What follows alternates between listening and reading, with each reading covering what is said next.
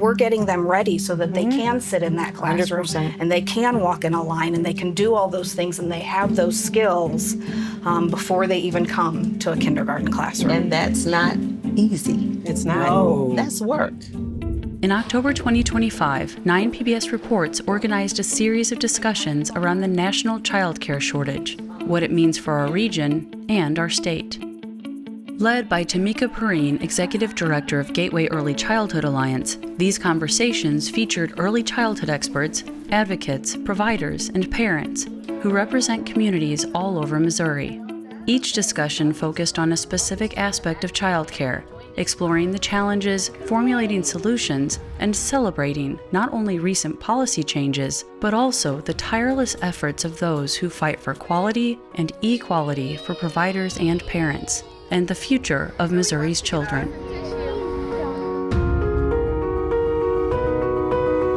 This week, our early childhood experts discuss the damaging consequences of the babysitter stigma that surrounds the childcare industry, and the steps that are being taken to ensure that the work early educators are doing is valued and supported by their community and society as a whole.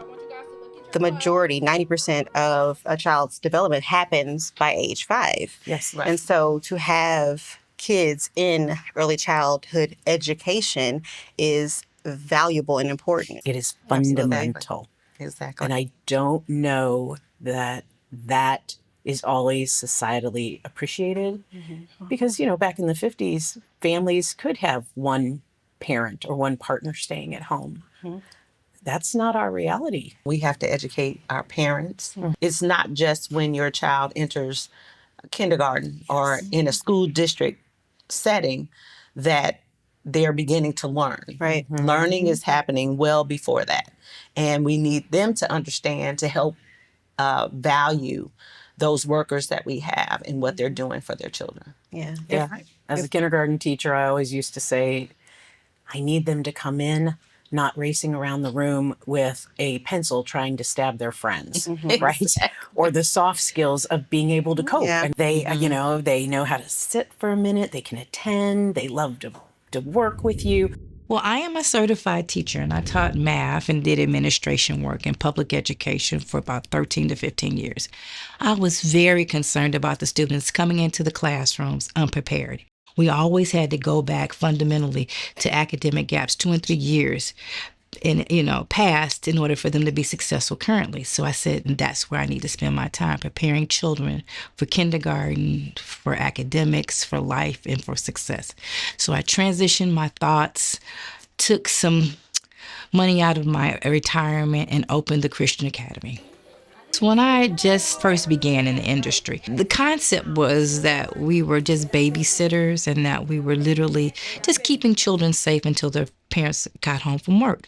Yet, that was a reactive approach. We're proactive. We have an entire schedule full of developmental goals, activities, behavioral trainings. We're getting them ready so that they can sit in that classroom 100%. and they can walk in a line and they can do all those things and they have those skills before they even come to a kindergarten classroom. And that's not easy. It's not. No, that's work. Something that you have to stay engaged and on top of, and understanding that each individual child, you have to know where they are. And we want to be able to demonstrate that, yes, children are meeting those milestones. They're ready for the next level. Because child care providers are the experts, there are things that they can detect early that parents can't That's right. when Yes. they're in the home Exactly. that can benefit them when they move into K through 12. Exactly. And so when you go through developmental screenings, as well as sensory screens, you're able to early detect whether or not this child may need something more, whether or not this child needs glasses, some special services to get maybe the speech and languages and develop the way it should for that age. And we can bring people in to help move that needle and get them prepared so by the time they get ready to go to kindergarten, they're good. The pronunciation is where it needs to be and they can thrive. It's not just you drop your child off and they play with all these fun toys. Teachers are being deliberate about what are the children interested in and developing lesson plans that are based on what children are interested in and what they need to move to the next level developmentally. And that's a lot of work. You did it! It is a science. A third grade reading score or a fourth grade math score is reflective of age 0 to that grade level. It's not reflective of age 5 to grade 3. And we have to understand that if 90% of the brain is developed before age 5, every score is reflective of that child's preschool life in addition to their elementary, middle school, or high school life. So we're going to have to reevaluate how we look and how we respect third grade, fifth grade scores because they start at early education. They don't start when you enter kindergarten. And yet, the work that early ed teachers do to lay these important foundations is often misunderstood, undervalued, and undercompensated. Did you know that 46% of those in early care and education are on public assistance nationally? The wages are not livable. Which is about $25,000 a year is the average pay for a child care provider. Right now. Yeah. How old are you? 3. What's your mommy's name? Shamaya. And what's your daddy's name? Mom. Good job. Go push that button. These ladies will do 40 hours and they're still applicable for food stamps and welfare.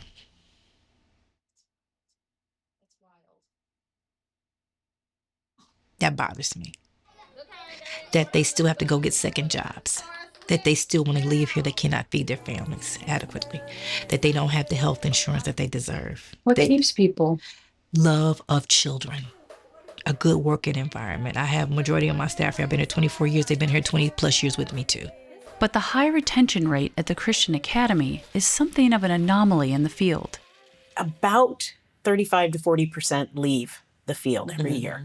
You cannot run a business. These are small businesses. Yeah. Because if I know that my educator, my teacher, my friend is here this month, but she's gone next month, even though she wanted to stay. Yeah. And as a co-teacher, because we co-lead on everything. Yeah. I have trouble investing if I think you're going to be gone in a little bit. And it's also hard on the kids. It's terrible. Oh, yeah. Attachment, bonding, we know, right? And then you see behaviors Yeah. because they don't know how to react to that sadness. We went through the pandemic. I think that gave a light It did.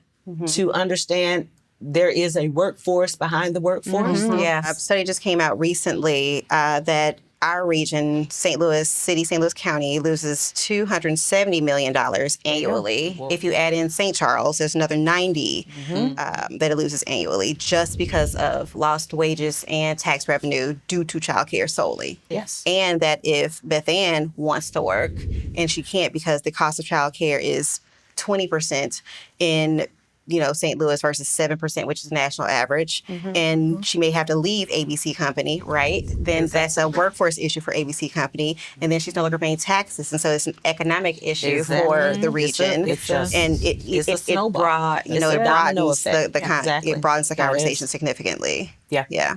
And childcare is an investment. You're investing in these children, and their outcomes become so much better just by coming to school and being ready to go into elementary school, ready to learn. And all of the things that we want to solve. We want better education. We want safer streets. We want decreased crime. All of that is directly impacted by quality childcare. We have to decide as a community and as a state that this is important and that it's worth our investments. I say all the time when I get into a legislator's office, you can't afford not to. These children will not disappear. They will be back in your windows, carjacking, drugs. You're going to pay now or you're going to pay later, but we will pay as a society because they didn't get the necessities they needed. An opportunity to socially, emotionally, to be a part of our community and become a great citizen and to give and produce. I'm sitting here because I had wonderful people surrounding me. I'm sitting here to make differences because people cared to show me something different and it was bigger than myself. The tie between workforce and early education and preparation for the workforce. Let's talk about that a little. We became a part of Department of Labor's Registered Apprenticeship Program for early educators.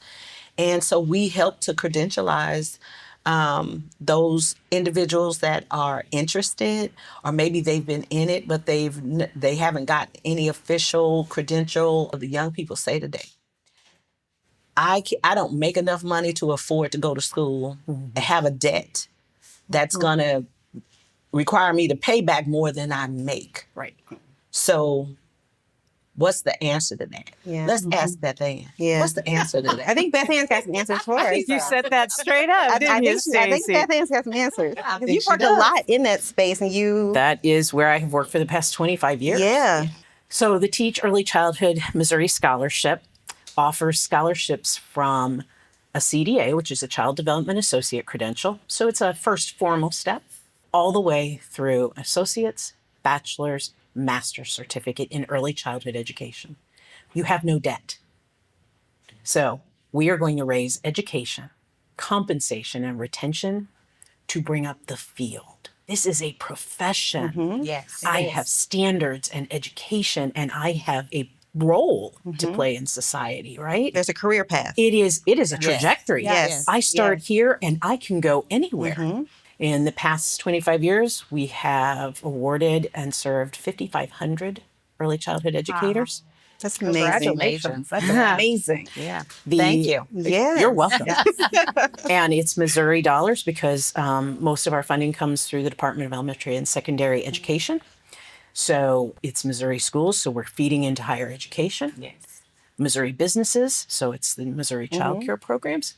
I feel like we've been running a marathon for a really long time and carrying the Olympic torch. And it's always been the early childhood people doing it. And we need to be able to pass that torch to our politicians and to our business members so that they can run with us. Speaking to those educators that may have gotten out of the field, you know, they've gone to where they can make more money. Yes.